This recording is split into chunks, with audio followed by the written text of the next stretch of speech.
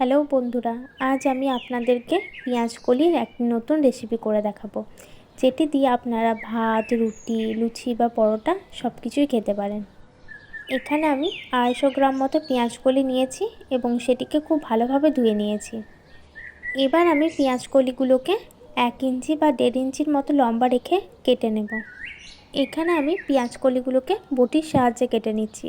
আপনারা চাইলে চাকু দিয়েও কেটে নিতে পারেন, আপনাদের যেটা সুবিধা হবে। এবার আমি গ্যাসের মধ্যে কড়াই বসিয়ে পরিমাণ মতো সাদা তেল দিয়ে দেব।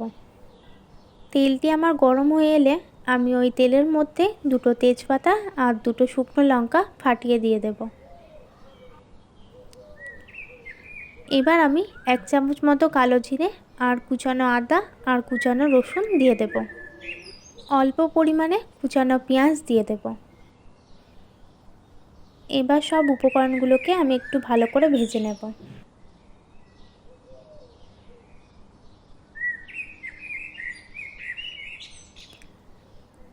এখানে আমি একটা মাঝারি সাইজের আলু নিয়ে সেটি খুব ভালো করে কেটে নিয়েছি। এবার আমি ওই কেটে রাখা আলুটি ওই তেলের মধ্যে দিয়ে দেব।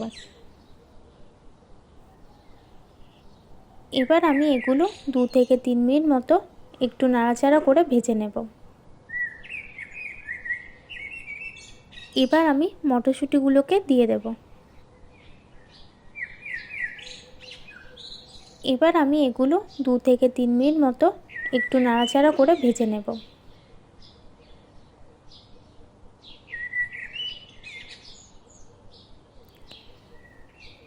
এবার আমি কেটে রাখা পেঁয়াজ কলি আর এখানে আমি 200 গ্রাম মতো ফুলকপি নিয়েছি, ওটাও আমি দিয়ে দেব।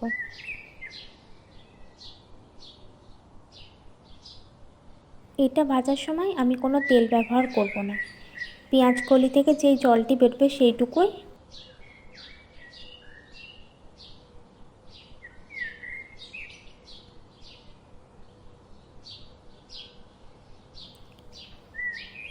এবার আমি 1 চামচ মতো নুন আর 1 চামচ মতো হলুদ গুঁড়ো দিয়ে একটু নাড়াচাড়া করে ভেজে নেব।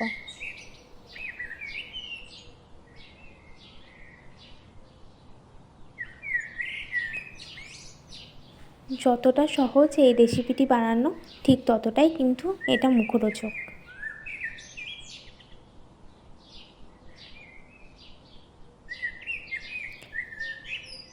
এবার আমি 5 থেকে 7 মিনিট মতো ঢাকা দিয়ে রেখে দেব সিদ্ধ হবার জন্য।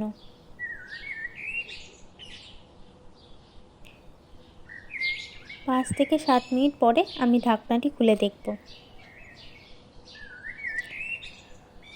দেখুন, এগুলি আমার খুব ভালোভাবে সিদ্ধ হয়ে গেছে। আর এভাবেই পেঁয়াজ কলিটা শুকনো করে ভেজে রুটি বা লুচির সাথে খেয়ে দেখবেন, অবশ্যই ভালো লাগবে। আপনাদের ভিডিওটা কেমন লাগলো তা অবশ্যই কমেন্ট করে জানাবেন। আমাদের চ্যানেলটি ভালো লাগলে লাইক, কমেন্ট, সাবস্ক্রাইব করে পাশে থাকবেন। দেখা হবে পরবর্তী নতুন কোনো রেসিপির ভিডিও নিয়ে।